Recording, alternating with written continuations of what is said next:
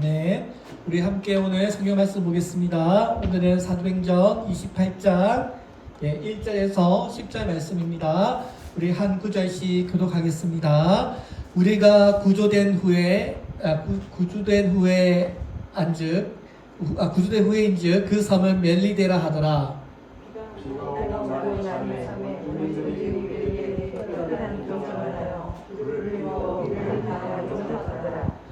바울이 나무 한 묶음을 거두어 불에 넣으니 뜨거움으로 말미암아 독사가 나와 그 손을 물었는지라.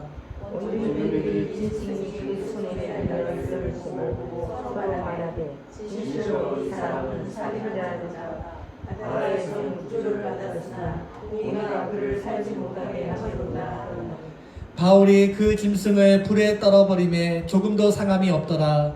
그들은 누가 붙든지 공작하게 써서 줄로 기다렸다가 오래 기다려도 그에게 아무 사상이 없음을 보고 돌이켜서 살아가려면 그를 신뢰하더라. 이 섬에서 가장 높은 사람 보블리오라 하는 이가 그 근처에 토지가 있는지라. 그가 우리를 영접하여 사흘이나 친절히 머물게 하더니 보블리오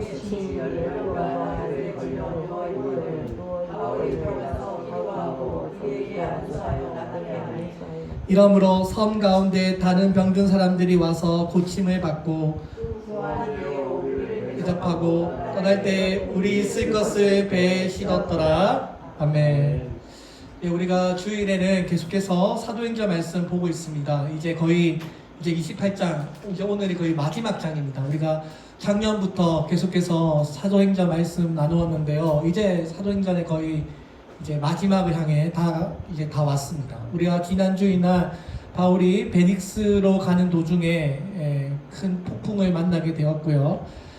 바울이 이미 그 풍랑을 만나게 될 것을 이미 말했습니다. 그런데도 바울의 말을 믿지 못하고 백부장과 선장들은 베닉스로 가려고 했을 때 그 중에 유로굴라 강풍을 만나게 됩니다.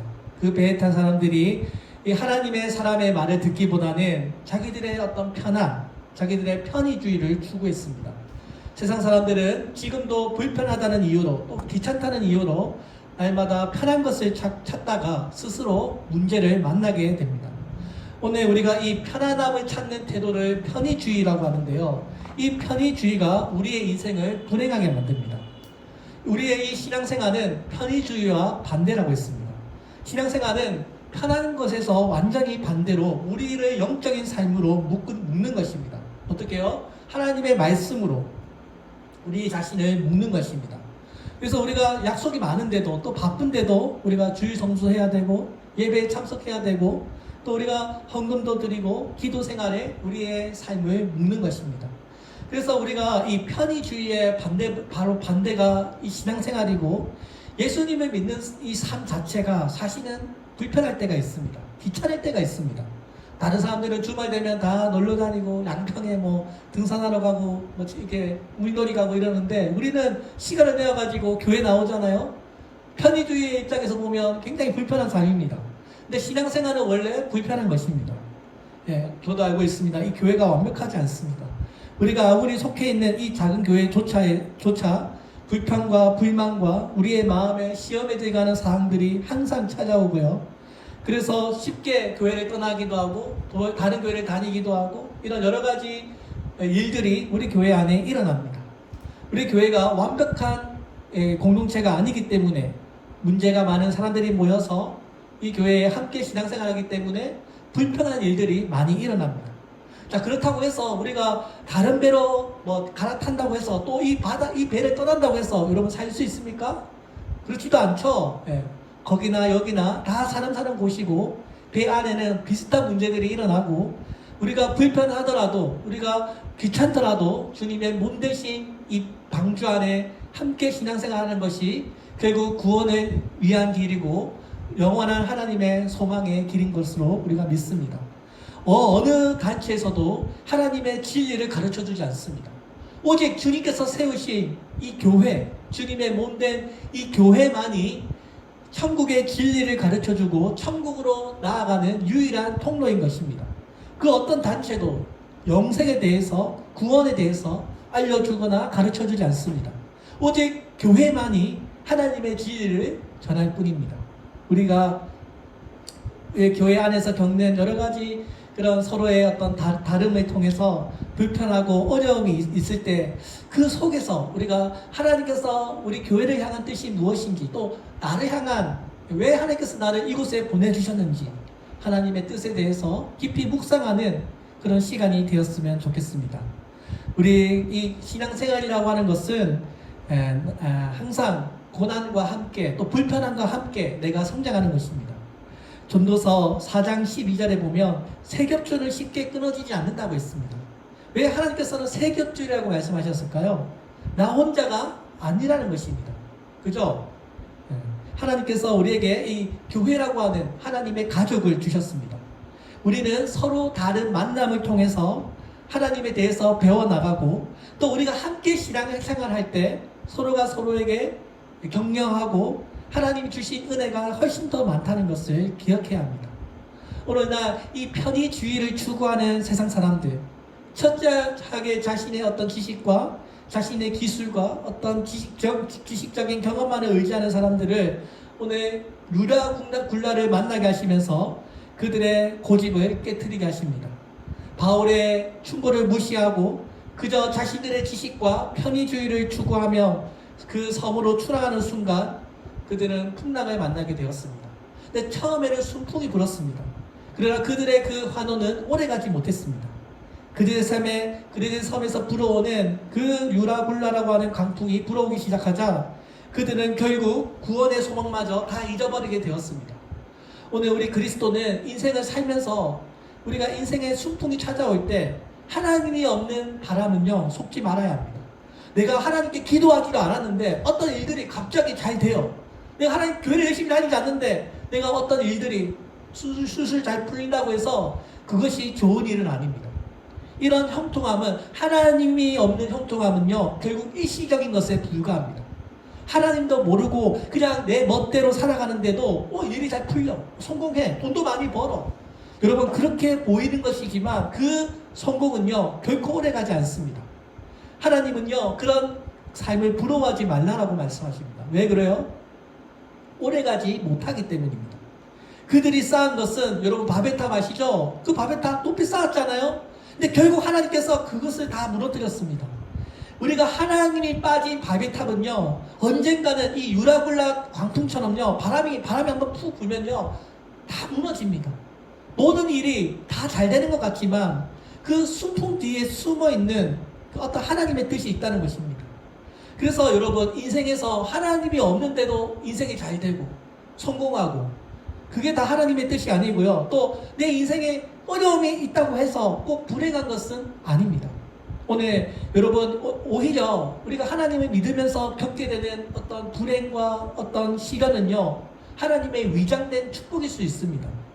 오늘 우리 본문 이 바울의 이 유라굴라 강풍에 구조되는 이야기를 보면 하나님께서 이 강풍을 통해서 오히려 바울을 하나님께서 사용하셔서 그 배를 구조시키고요, 오히려 그들이 다 바울을 통해서 예수 믿고 구원받게 되었습니다. 그 강풍 뒤에 숨어있는 하나님의 구원의 역사가 이루어지게 된 것입니다. 오늘 우리가 사도행전 28장 1절에 보면 이렇게 말씀합니다. 우리가 구조된 후에 안즉 그 섬은 멜리데라 하더라. 자, 그래서 이 강풍을 이제 지나고 난 다음에 14일 동안 이 망망대해에서 표류하다가 멜리데라고 하는 섬에 도착하게 됩니다. 이 멜리데, 여러분 이 멜리데가 어딘지 아십니까? 몰타 섬 아시죠? 몰타. 우리 왜 한국 사람 옛날에 2000년대 초반에 이 섬을 굉장히 많이 여행을 많이 갔습니다. 이 멜리데라고 하는 이 섬은 페니키아어로 피난처, 도피처라는 뜻입니다. 오늘날 지중해 보물이라고 불리는 바로 몰타 섬입니다. 2010년도에 세상에서 가장 살기 좋은 곳으로 꼽힌 최고의 휴양지가 바로 이 몰타 섬입니다. 이 몰타 섬에 다다르게 되었고요, 이 몰타 섬에서 사람들에게 환영을, 영접을 받게 됩니다. 2절에 보니 비가 오고 날이 참해 원주민들이 우리에게 특별한 동정을 하여 불을 피우고 우리 모두를 받아 친절히 돕더라. 이게 아니고, 여기 보면 죄송합니다. 자, 여기 보면 옛날이나 지금이나 이곳에 도착을 하게 되는데요. 이 몰리데라고 하는 말리데라고 하는 섬에 도착하게 됩니다. 이곳에서 많은 사람들의 영접을 받게 됩니다. 옛날이나 지금이나 이 섬에 도착하게 되면 섬 사람들의 약탈의 대상이 될 때가 있습니다. 오늘 우리 한국 기독교의 역사에서도 여러분 제주도 섬에 가서 전도한 목사님이 계십니다. 누군지 아십니까? 이기프 목사님. 이 이기프 목사님이 제주도에 가서 복음을 전했던 선교사님이십니다. 여러분 우리 한국 역사의 제주도는 어떤 곳입니까? 왕들이 유배 보내는 곳이잖아요. 사람은 키워서 서울로 보내고 말은 키워서 제주도로 보내라고 하는 말이 있죠. 왜 그런 말이 있습니까? 이 제주도가 사람이 살 수 없는 아주 부정적인 그런 땅으로 이 땅의 의미가 있기 때문입니다. 그래서 왕들이 사람들을 이렇게 제주도로 유배를 보내고 이 제주도는 역사적으로 늘 버림을 받던 지역이었습니다. 그래서 조선시대 관리들 중에 제주도의 임기가 결정되면 도망치는 일들도 많이 있었다고 합니다. 하지만 하나님께서 그 제주도의 영혼들을 사랑하셔서 주님께서 마포 3년 핍박받았던 이 이기프 목사님을 변화시키셔서 제주도의 선교사님으로 파송하십니다. 그래서 이 이기프 목사님을 통해서 이 제주도에 하나님의 사랑이 임하게 된 것입니다. 이 이기프 선교사님이 제주도 선교사를 하시면서 많은 교회를 개척하게 됐고요. 제주도에서 얼마나 열심히 전도를 했는지 성은 부족증이라는 병이 생기게 되었다고 합니다. 이 성은 부족증은요, 목소리를 잃어버리는 것입니다. 그러니까 하도 복음을 많이 전해서 목소리까지 잃어버리게 된 것입니다. 이 이기프 목사님이 이 제주도 길에서 얼마나 열심히 복음을 전했는지 이 길을 복음의 길로 불렀다고 합니다. 관청에서 그 길의 이름을 복음로라고 불렀다고 합니다. 여러분 생각해 보세요. 이 이기프 목사님이 얼마나 열심히 복음을 전했는지 목소리를 잃어버리고요. 그리고 그 길을 복음의 길로 이름을 붙였다고 합니다. 사랑하는 여러분, 오늘 우리도 이런 하나님의 역사가 일어나기를 원합니다. 우리 미사대로가 복음의 대로가 되기를 원합니다. 하지만 그래서 오늘 이 멜리데 섬의 원주민들이 이 바울의 일행을 진심으로 동정하여 따뜻한 마음으로 그들을 영접해 주었습니다.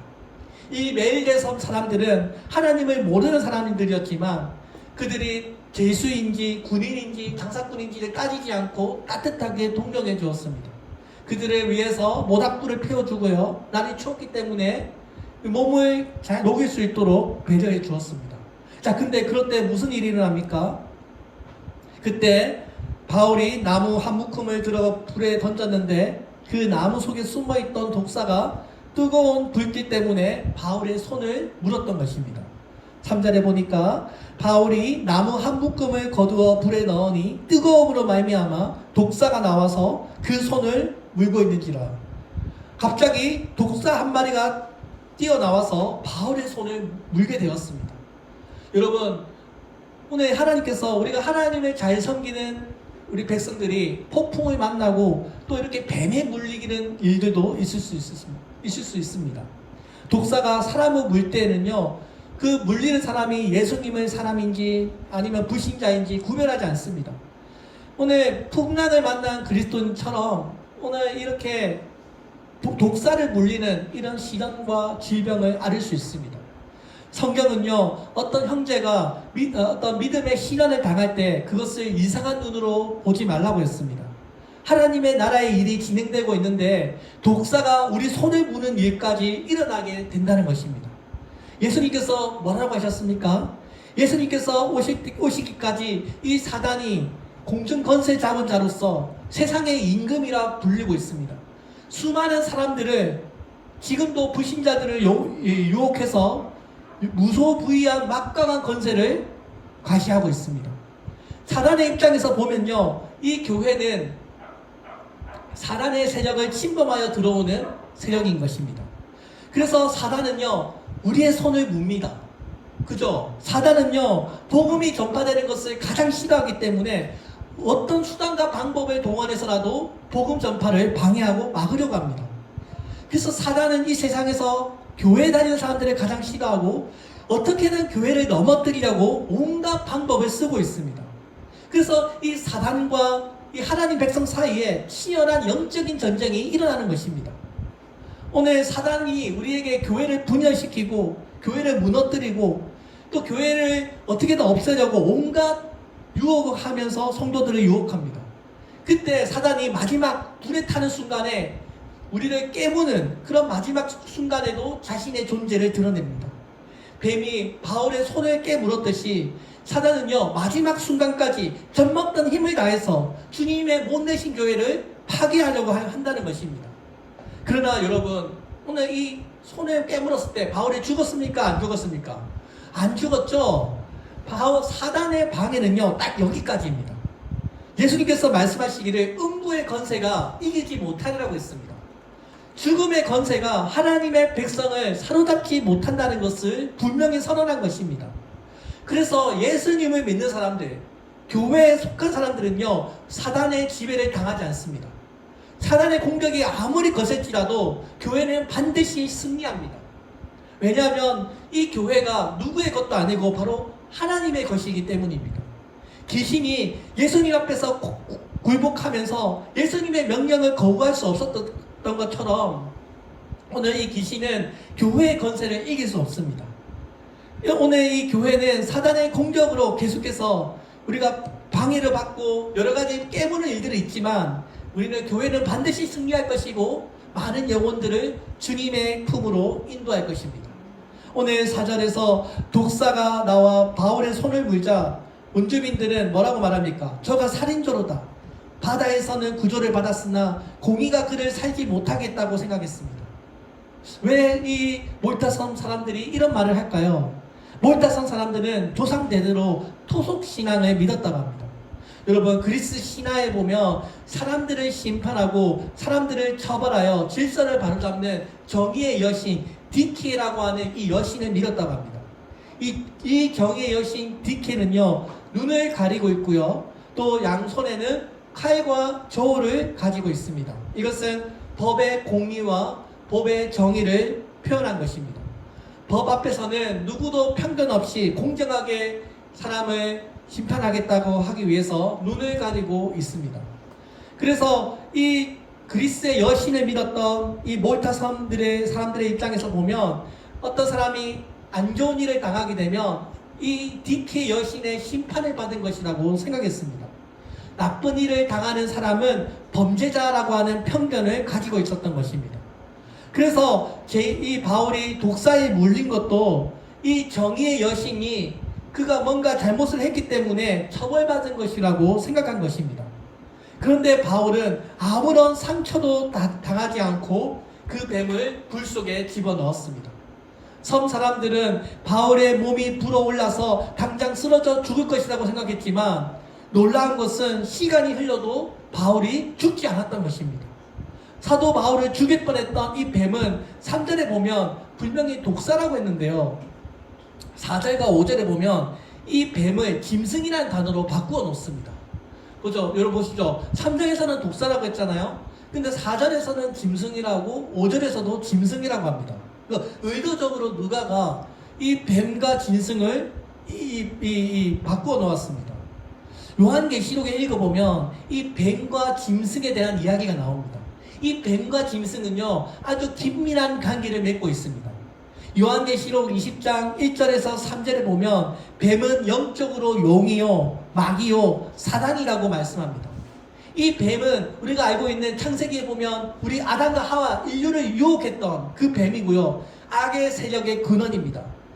이 뱀이, 이 사단이 짐승에게 권력과 권위를 주어서 우리를 유혹하는 악한 수단을 조종하는 것입니다. 이 뱀이 이 짐승을 통해서 이 세상에 죄를 퍼뜨리고 하나님의 백성들을 핍박하는 것입니다. 이 뱀과 짐승은 요한계시록에 보면 하나님의 백성들을 핍박하는 악한 세력의 대표적인 이미지로서 하나님의 백성이 겪게 되는 여러 가지 고난과 어려움을 이야기하는 것입니다. 근데 여러분, 요한계시록 읽어보면 어린 양이 혼인잔치 후에 흰 말을 타고 오시는데요, 그분이 누구입니까? 예수님입니다. 그 예수님이 어떻게 하세요? 그 뱀과 짐승들을 유황불에 다 집어넣습니다. 오늘 예수님께서 바로 최후의 승리자가 된다는 것을 이 요한계시록에서 약속하고 있습니다. 마찬가지로 오늘 바울이 뱀에 물리지만 죽지 않습니다. 그죠? 오히려 승리합니다. 예수님께서도 흰 말을 타셔서 뱀과 짐승을 유황불에 던져 넣습니다. 하나님을 믿는 자들에게는 이런 하나님의 놀라운 승리와 이적과 기사가 따른다는 것을 보여준 것입니다. 오늘 우리들도 예수님처럼 사도 바울처럼 영적인 전쟁에서 뱀의 지휘자가 되어야 합니다. 모든 전쟁에는 승리와 패배가 있고요. 전쟁에서 패배하게 되면요, 패배한 나라는 승전국에게 모든 것을 다 빼앗기게 됩니다. 여러분, 세계 2차 대전 때 일본이 패망했죠. 그때 미국에게 항복 문서를 서명했고요. 일본의 모든 권위를 다 빼앗겼습니다. 마찬가지로 승리자에게는 영원한 상급과 보상이 약속되어 있습니다. 오늘 우리가 하나님을 믿으면 사단의 권세와 이 영적인 전쟁이 일어납니다. 오늘도 여러분, 우리 하나님 믿는 하나님의 백성들에게는 하나님께서 우리에게 영적인 권세를 주셨습니다. 중요한 것은 우리가 이 영적인 권세를 사용할 때 주님의 능력이 일어나는 것입니다. 예수님께서 이렇게 말씀하셨습니다. 내가 진실로 너에게 이르노니 나를 믿는 자는 나의 하는 일을 저도 할 것이요 또한 이보다 큰 것도 하리니 이는 내가 아버지께로 감이라. 예수님께서 우리가 주님께서 하셨던 그 일보다 더 큰 일을 할 수 있다고 말씀하십니다. 왜 그래요? 우리 안에 역사하시는 성령의 능력으로 우리가 주님께서 하셨던 그 믿음의 일을 우리들도 할 수 있다는 것입니다. 오늘 사랑하는 여러분, 오늘 사단은 여전히 사람들의 마음을 혼미하게 하고 여전히 사람들의 눈을 가리는 영적인 소경을 만들고 있습니다. 고린도후서 4장 4절에 보면 이 세상의 신이 믿지 아니하는 자들의 마음을 혼미하게 하여 그리스도의 영광의 복음의 광채가 비치지 못하게 함이라 하고 있습니다. 이 세상의 신이 누구입니까? 지금 세상의 공중직 권세 잡은 이 세상의 이 신들을 말하는 것입니다. 지금도요, 하나님을 믿지 않는 사람들, 여전히 사단의 권세 아래 종로를 타고 있는 사람들은 여러 가지 보이지 않는 우상들을 만들어냅니다. 어쩌면 하나님을 믿지 않는 우리의 내면에는요, 끊임없이 우상을 만들어내는 공장과도 같습니다. 왜 그렇습니까? 우리가 한국의 역사를 보더라도 여러분, 금이나 은이나 돌에 새겨서 신들을 우상 숭배하지 않았습니까? 오늘날 우리가 우상화하는 것은 무엇입니까? 지금도 여러분, 스포츠에 열광하는 사람들의 모습을 보면 우상 숭배하는 사람들의 모습을 볼 수 있습니다. 축구에 대한 사람들의 열정은 얼마나 대단합니까? 주일에 교회 한번 나오세요라고 하면 목사님 너무 피곤해요, 바빠요 하면서 몰이를 하면서 유럽 축구는 새벽까지 일어나가지고 다 챙겨보는 사람들이 있습니다. 그죠? 그 교회 나와서 헌금하는 것을 아까워하면서요, 그 교회 그 축구장 티켓은요, 전 시즌 다 표로 구입해가지고 친구까지 대동해서 축구장은 그렇게 열심히 나옵니다. 왜 그렇습니까? 사람들이 거기에 열광하기 때문입니다. 그리고 그 축구선수, 여러분, 축구선수가 교회의 그 경기장에서 승리한데 그게 우리의 영혼과 무슨 관계가 있습니까? 그럼에도 그 축구 한 선수의 수입 문값만 해도 청락진 금액을 지불하고 그 선수를 사들입니다. 그죠? 왜 그렇습니까? 하나님이 없는 인간의 마음은 우상을 만들어내는 공장과 같아서 어떻게든 하나님처럼 하나님을 대신해서 뭔가를 섬기고 좋아하는 것을 만들어내는 것입니다. 여러분, 우리 예전에, 지금도 그렇지만 식당이나 이런 집에 가면 달마 그림 그려져 있죠? 근데 달마 그림의 그 달마 대사의 얼굴이 어떻습니까? 무섭게 그리죠? 눈도 크게 그리고 얼굴도 크게 그립니다. 왜 이렇게 무섭게 그림을 그릴까요? 귀신을 쫓아내려고 일부러 그 달마 대사의 눈을 무섭게 그린다고 합니다. 왜 그렇습니까? 귀신을 두려워하니까. 그죠? 악한 영에 시달려 하니까 그림을 그려서 집안에 붙여놓기도 하고요. 또 어떤 사람들은 지갑에 부적을 넣어 다니기도 합니다. 악한 영들에 시달리니까 그런 우상들을 우리 마음에 만들어 놓고 그것을 모시고 살아가고 있는 것입니다. 오늘 여러분, 우리가 하나님을 믿지 않았더라면 우리도 이렇게 살아갈 수 있습니다. 하나님을 믿지 않았더라면 저희 집도요, 옛날에 부적 붙이고 살았습니다. 예수님 믿고요, 다 떼버렸습니다. 제사도 다 없애버렸고요, 정말 하나님의 백성들께 살려고 노력하고 있습니다. 오늘 하나님께서 뱀에 물려도 죽지 않는 놀라운 권세를 우리들에게 주었습니다. 여러분, 한 예수님을 믿는 자에게는 이런 표적이 나타난다고 예수님이 약속하셨습니다.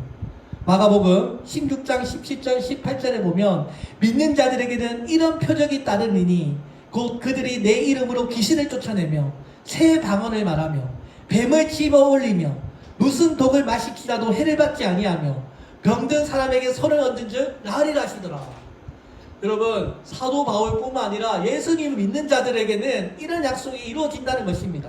뱀을 집어 올리며 무슨 독을 마실지라도 해를 받지 않는다고 했습니다. 그죠, 여러분? 뱀의 목을 집어 올려도 우리가 해를 당하지 않는다는 것입니다. 왜 그렇습니까?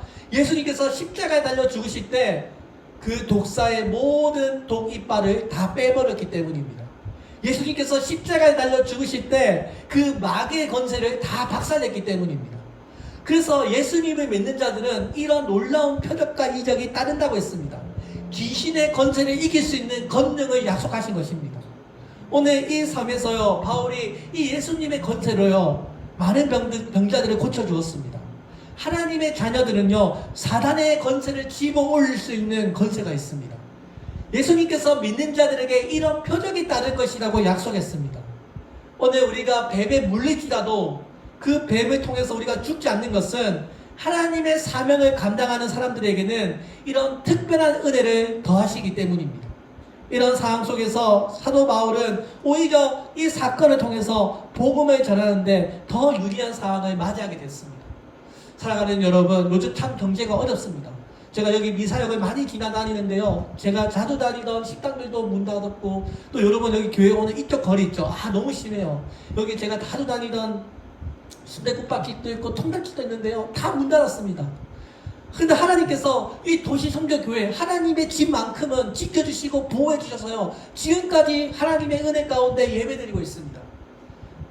교회 안에 많은 일들이 있었고, 제가 정말 떠나보내기 아까운 성도들도 있었지만, 그래서 힘든 일들도 많았지만 하나님께서 주님의 몸 되신 교회를 사랑하셔서 지금까지 이렇게 교회가 안전하게 유지되고 예배드리고 있습니다. 하나님의 특별한 은혜가 있기 때문에 오늘 이곳에 여러분들을 만나게 되었고 지금까지도 예배드리고 있습니다.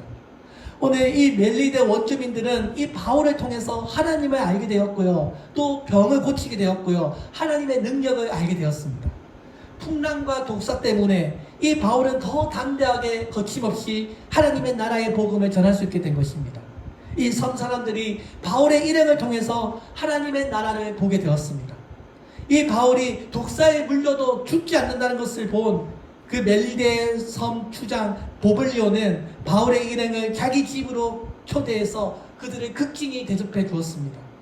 그런데 보블리오의 집에는 그의 아버지가 열병으로 걸려 누워 있었습니다. 이를 본 바울이 그 아버지를 안수하여 기도하자 그 즉시 병을 낫는 역사가 일어나게 되었습니다. 전승에 의하면 이 추장 보블리오는 이때 예수님을 믿게 되었고 몰타섬 최초로 교회의 감독자가 되었고 나중에 순교한 것으로 전해집니다. 이 바울의 만남을 통해서 이 보블리오 추장이 나중에 교회 목사님이 되고요, 순교자까지 됩니다. 지금도 몰타섬에 가면 초대교회가 그 로마 제국의 박해를 피해서 지하 동굴로 숨어있는 카타콤이 지금도 발견된다고 합니다. 그리고 지금도 이 바울을 통해서 예수님을 믿게 된 사람들이 지금도 이 섬 주민의 90% 이상이 그리스도 신자라고 합니다. 바울이 이 섬의 사람들에게 기도해 주었고 그 사람들에게 복음을 전했더니 지금까지도 기독교의 역사가 뿌리를 내리게 된 것입니다. 사랑하는 여러분, 난파당했던 이 바울의 배가 이 몰타 섬에 상륙함으로 이 섬의 사람들이 구원의 역사가 이루어지게 되었습니다. 예수님께서 말씀하시기를 하나님의 나라는 볼 수 있게 임하는 것이 아니요 또 여기 있다 저기 있다 고도 못하리니 하나님의 나라는 너희 안에 있느니라 라고 했습니다. 하나님의 나라가 어디 있다고요? 여러분 마음 안에 있습니다. 하나님의 이 구원의 역사가요, 여러분을 통해서 역사합니다. 하나님은요, 지금도 우리에게 말씀하십니다. 나는 지금도 이 세상 사람들을 구원하기를 원한다. 못하는 사람들처럼 예수님을 몰라서 헤매고 있는 저들을 나는 구원하기를 원한다. 여러분, 오늘 우리도 우리 주변에 구원받지 못한 영혼이 한 명이라도 있다면 우리는 그들에게 복음을 전해야 합니다. 교회는요, 그냥 사람들이 모이기를 좋아하는 사교 클럽이 아닙니다. 친목 동호회가 아닙니다. 우리는 하나님의 백성으로서 사람들을 구원하고 전도하는 일에 우리가 매진해야 되고, 하나님을 구원하고 전도하는 일을 우리가 부끄러워한다면 우리는 여전히 사단에게 결박당하고 있는 것입니다. 오늘 사람들을 예수님께로 인도하기 위해서 교회가 발로 뛰어야 합니다. 교회는 어디를 가든지, 오늘 이 이기풍 목사님처럼 여러분 어디를 가든지 예수님을 전할 수 있어야 되고, 또 영혼을 살리는 일을 우리 인생에 가장 가치 있는 일로 여겨야 합니다. 오늘 이 모타삼에 바울을 통해서 구원이 임한 것처럼 오늘 여러분들을 통해서 하나님의 역사가 이루어지기를 소망합니다. 오늘 2000년 전에 이루어졌던 이 예수 그리스도의 십자가의 능력이 오늘 우리들 가운데서도 계속해서 이루어져야 합니다. 영적인 싸움에서 승리하시는 여러분들 되시기를 주의 이름으로 축원드립니다. 아멘. 기도하겠습니다. 살아계신 하나님 아버지 감사합니다. 오늘 이렇게 아버지 이 못할 삶 가운데 하나님의 축복이 임했습니다. 주님, 오늘 우리도 하나님 백성으로서 아버지 사단이 우리의 손과 발을 깨물어도 우리가 해를 당하지 않은 것은 예수 그리스도께서 십자가에서 사단의 권세를 박살내고 아버지 독이빨을 다 빼어냈다는 것을 믿습니다. 하나님, 우리 도시선교교회 안에 생명구원의 역사가 이루어지게 하여 주시옵소서. 어려운 경제난 가운데서도 우리 교회가 지금까지 예배드리고 있는 것은 하나님의 특별한 은혜가 있기 때문입니다.